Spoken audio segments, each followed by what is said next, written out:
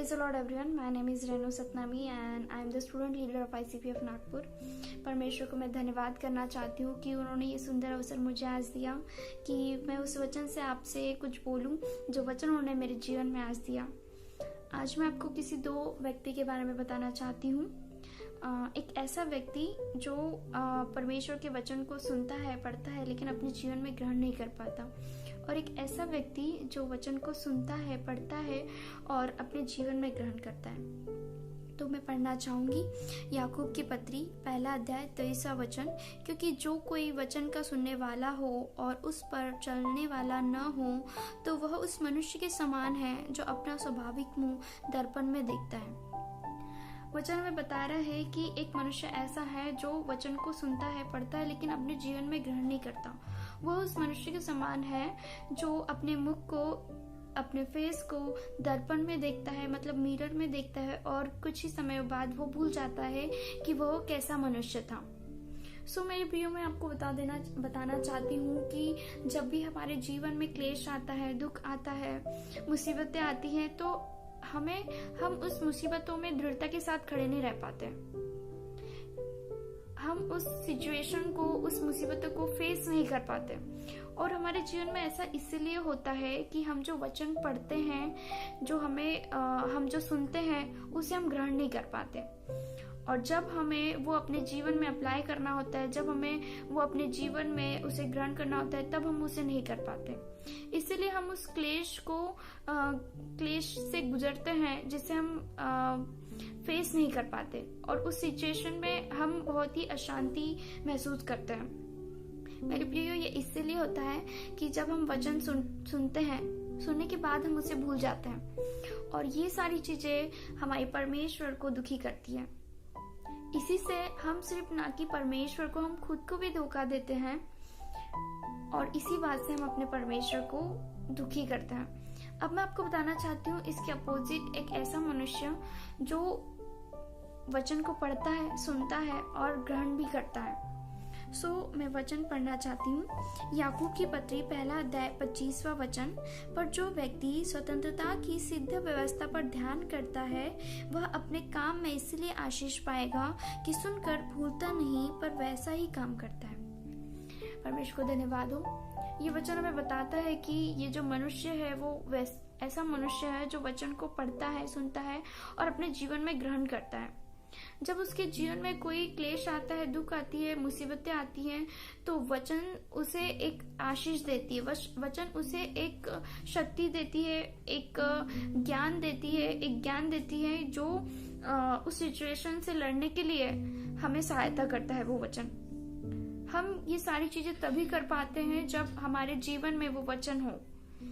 मेरे प्रियो, जब हम मुसीबतों में होते हैं तब बेशक हम जानते हैं कि हम सबसे पहले परमेश्वर को याद करते हैं, परमेश्वर के सामने जाते हैं, गिड़गिड़ाते हैं, और परमेश्वर से हम चाहते हैं कि वो हमारी सारी सिचुएशन को हैंडल करे।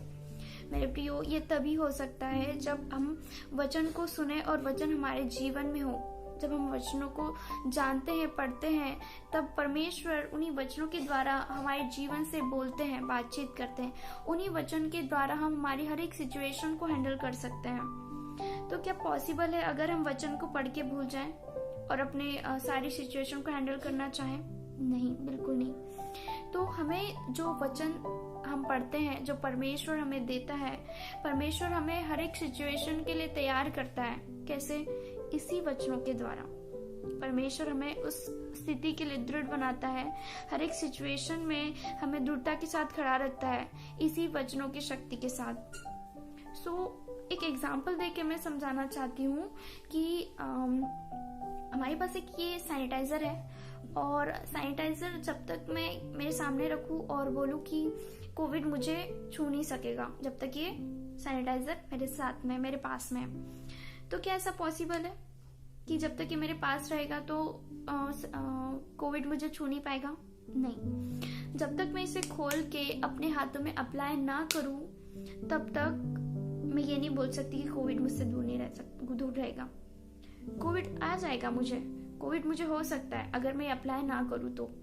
वैसे ही जब तक मैं वचन को पढ़ूं और पढ़ के उसे भूल जाऊं, तो ऑब्वियसली मैं हर एक सिचुएशन में हैंडल नहीं कर पाऊंगी, वो सिचुएशन को हैंडल नहीं कर पाऊंगी और दुख में, क्लेश में बढ़ती जाऊंगी। तो हमें मेरे प्रियो क्या करना है कि वचन को पढ़ना है, सुनना है और अपने जीवन में उसे ग्रहण करना है। हम जानते हैं कि वचन से परमेश्वर हमसे बोलते हैं, बातचीत करते हैं। अगर हम वचनों से दूर हैं तो मेरे प्रियो हम परमेश्वर से भी दूर हैं। हम परमेश्वर की आवाज को तब तक नहीं सुन सकते जब तक हम वचन को ग्रहण नहीं करेंगे। वचन के द्वारा परमेश्वर हमसे बोलते, बातचीत करते हैं। तो मेरे प्रियो, मैं आपसे यही कहना चाहती हूँ, परमेश्वर का वचन आपसे यही कहना चाहता है कि ये जो वचन है, वचन ही परमेश्वर है। वचन आपके जीवन में हर एक सिचुएशन में वर्क करता है। वचन हमें हर एक सिचुएशन से बाहर निकलने के लिए मदद करता है और ये वचन हमारे परमेश्वर है। परमेश्वर ही हमसे बोलते, बातचीत करते हैं। तो आप डिसाइड करिए, आप सोचिए कि आप किस तरीके के मनुष्य हो, जो वचन को पढ़ते हैं, सुनते हैं और भूल जाते हैं, या फिर वो जो वचन को सुनते हैं, पढ़ते हैं और अपने जीवन में ग्रहण करते हैं। मेरे प्रियो, मैं धन्यवाद करना चाहूंगी परमेश्वर से कि परमेश्वर हमें हर सिचुएशन में संभाले रखता है, अपने हाथों में अच्छी रीति से हमें संभालता है। इसलिए मैं अनुरोध करना चाहूंगी कि हम ये वचनों को पढ़ें और गहराई से इनके बारे में सोचें। धन्यवाद करती हूँ। आशा रखती हूँ कि वचन आपके जीवन में एक बड़ा आशीष का कारण हुआ है। Thank you.